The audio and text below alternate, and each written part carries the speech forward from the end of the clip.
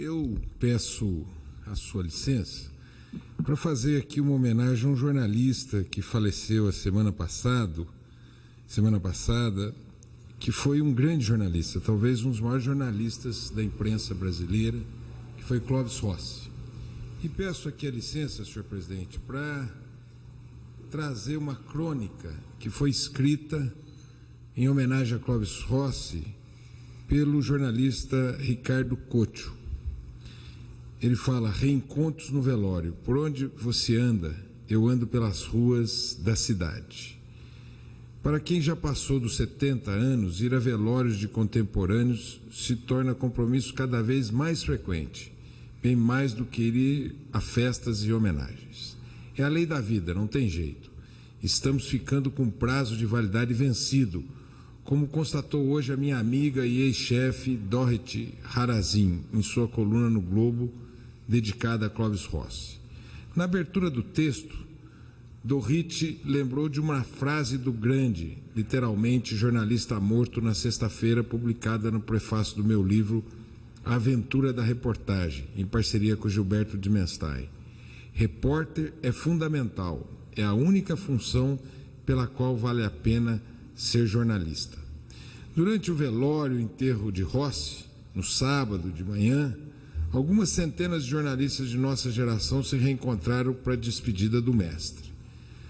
Muitos não se viam há anos e a pergunta era inevitável: por onde anda você, ou por onde você anda? Com a imensa maioria não está mais nas redações, cada vez menores, onde trabalhamos em diferentes épocas, perdemos o contato e até esquecemos o nome de quem escrevia ao nosso lado. Como é mesmo o nome daquele ali? Era a pergunta mais frequente que uns faziam aos outros. Mesmo os que ainda estão numa grande redação, geralmente, agora trabalham em casa e nem conhecem muitos colegas, como é o meu caso. Foi-se um tempo em que todos se cruzavam em meia dúzia de redações, o nosso mundinho no mercado de trabalho ainda muito restrito. Rossi, o popular grandão, teria se divertido muito se tivesse ido ao próprio velório para ouvir como falavam bem dele. Dono de uma ironia cortante, que não perdoava ninguém, nem ele mesmo, certamente diria: só estão falando tudo isso porque eu morri. Mortos sempre viram santos. No caso dele, um caso raro. Isso não é verdade. Falavam bem dele ainda em vida.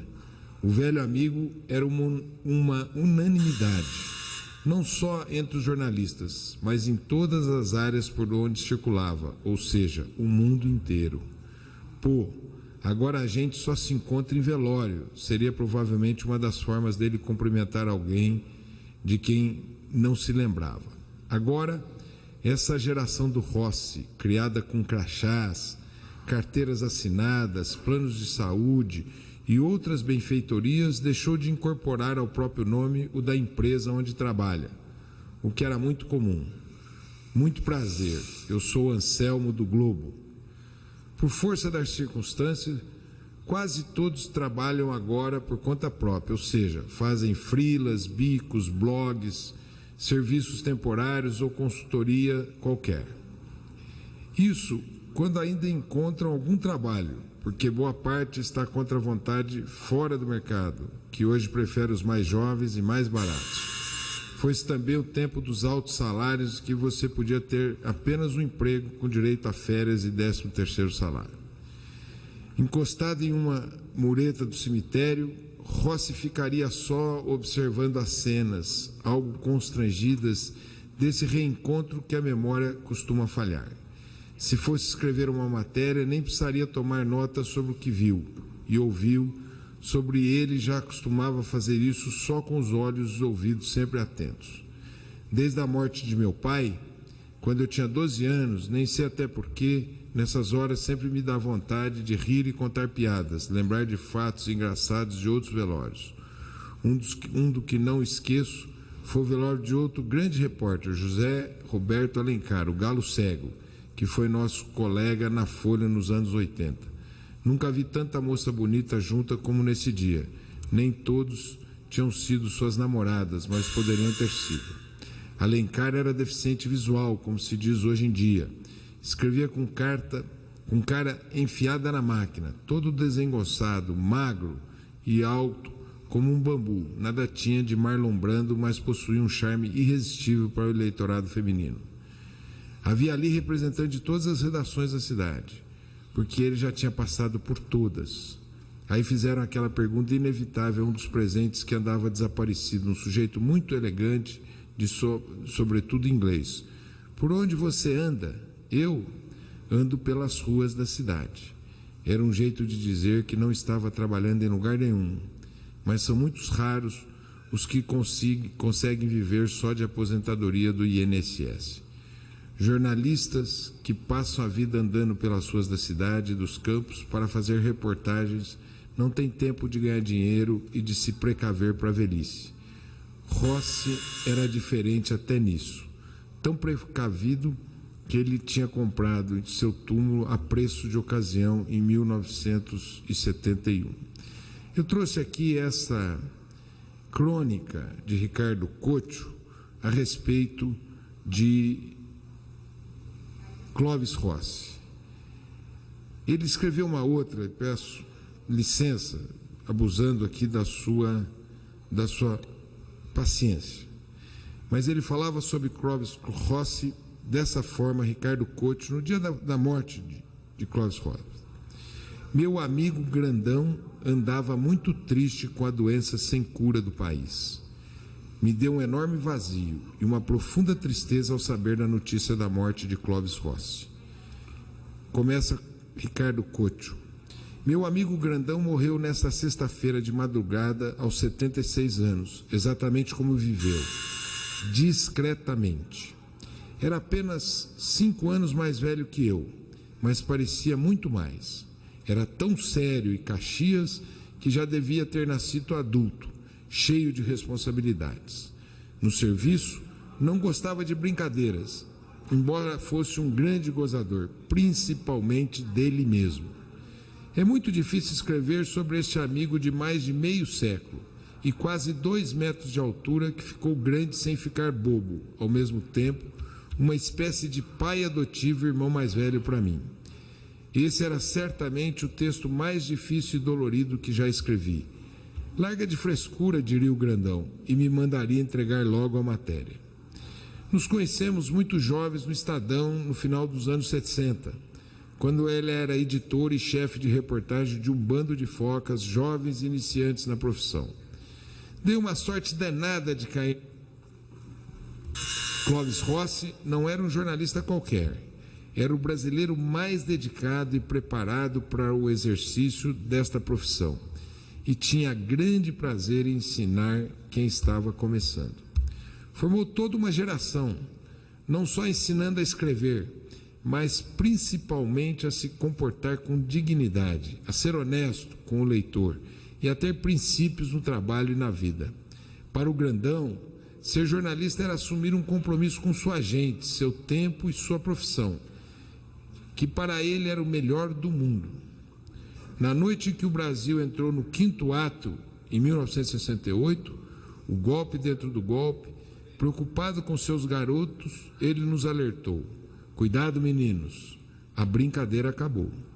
Na última quinta-feira, meio século passado, uma semana depois de ter um piripaque no coração e implantar vários estentes, nosso antigo chefe estava tão bem que o médico lhe deu alta um dia antes. O sujeito já estava indócil por não poder trabalhar. Foi para casa, pediu um bom bife com arroz e feijão e em seguida resolveu descansar um pouco antes de ver o jogo da seleção brasileira feminina contra a Austrália. Estava novamente em casa, feliz, sem dores, mas andava muito triste com a doença degenerativa e sem cura do nosso país. Na última vez em que nos vimos, uns 2 meses atrás, num almoço com nosso eterno parceiro Raul Martins Bastos, ele me pareceu mais cético e amargo do que de costume, sem esperanças. Acho que foi dessa tristeza sem fim que ele acabou morrendo. Já sem forças nas pernas, o principal instrumento de trabalho dos repórteres, o amigo sentia a falta das viagens que fazia pela Folha para ver de perto o mundo mudando.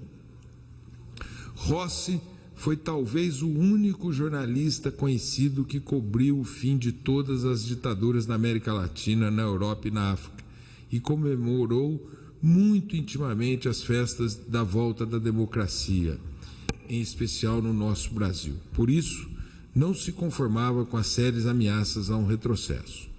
Sem se vangloriar de nada, contava suas aventuras de repórter peripatético, como se estivesse falando de outra pessoa. Ganhou, aqui e lá fora, os principais prêmios com que um jornalista pode sonhar, mas na casa dele não se via nenhum troféu ou diploma. Podia ser a casa de qualquer um, e era isso que o Rossi mais queria, passar despercebido, como apenas mais uma testemunha anônima dos fatos da nossa história recente. E assim como viveu, ele morreu nessa sexta-feira, sem dar bandeira de nada. O importante para ele era a notícia, não o mensageiro, que quer dizer o repórter, ao contrário do que tanto vemos hoje em dia. Reservado na vida pessoal e sempre discreto no trabalho, acho que tinha até vergonha de ser apresentado como o grande Clóvis Rossi. Respeitado por políticos de todas as siglas, no Brasil e no mundo, dos dois lados da faixa de Gaza, Rossi nunca teve partido, mas sempre teve lado. Podia falar no mesmo dia, de igual para igual, com Lula e Fernando Henrique Cardoso, com o líder dos direitos humanos ou o chefe da polícia num país dividido ao meio pela intolerância. Mas acho que nunca conseguiu ou não quis falar com o capitão reformado Jair Bolsonaro. Para Rossi, tudo tinha um limite ético, uma linha na qual ele não ultrapassava. Nisso, apesar das nossas divergências políticas, éramos iguais.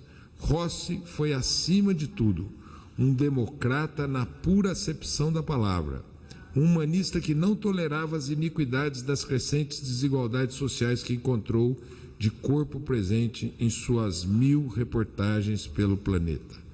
Quinta-noite, para o desgosto de Dona Catarina, a Cate, sua mulher por mais de 50 anos, minha madrinha de casamento, Rossi foi assistir ao segundo futebol do dia na TV, o jogo do Palmeiras contra o Lanterna Avaí.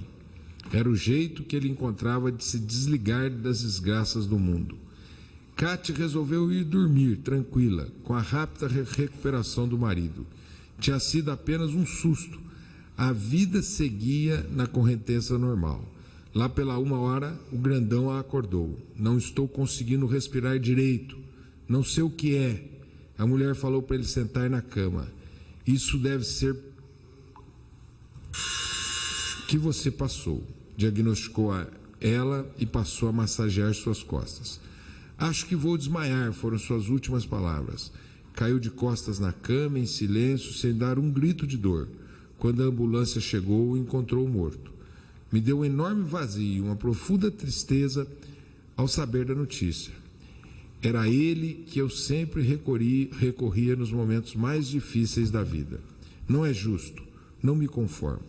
O grandão velho de guerra não poderia morrer justamente agora que o jornalismo de qualidade e o país dilacerado precisam tanto de uma pessoa como ele, um exemplo de cidadão de caráter.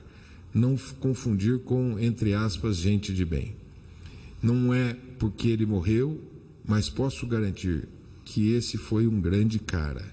Começamos juntos no Estadão, passamos juntos pelo Jornal do Brasil, pela Isto É, pelo Minocarta, pelo Jornal da República e estamos terminando juntos nossas carreiras aqui na Folha, quando de repente ele resolveu ir embora e me deixou sozinho. Segundo o Ricardo Couto, foi uma grande sacanagem. Por isso eu presto aqui e agradeço ao deputado Alexandre Frota pelo tempo que me concedeu, presto homenagem a Clóvis Rossi, esse grandão, como diz Ricardo Couto, um dos maiores jornalistas da imprensa brasileira. E ele certamente será a vida toda um exemplo para o bom jornalismo no Brasil. Obrigado e agradeço imensamente a paciência que teve, deputado Alexandre Frota, em me conceder um tempo extra para ler 2 crônicas de Ricardo Couto sobre esse grande jornalista Clóvis Rossi. Muito obrigado. Deputado Paulo Teixeira, merecidamente, faço minhas suas palavras pelo nobre jornalista que se foi. Parabéns pela leitura das 2 crônicas.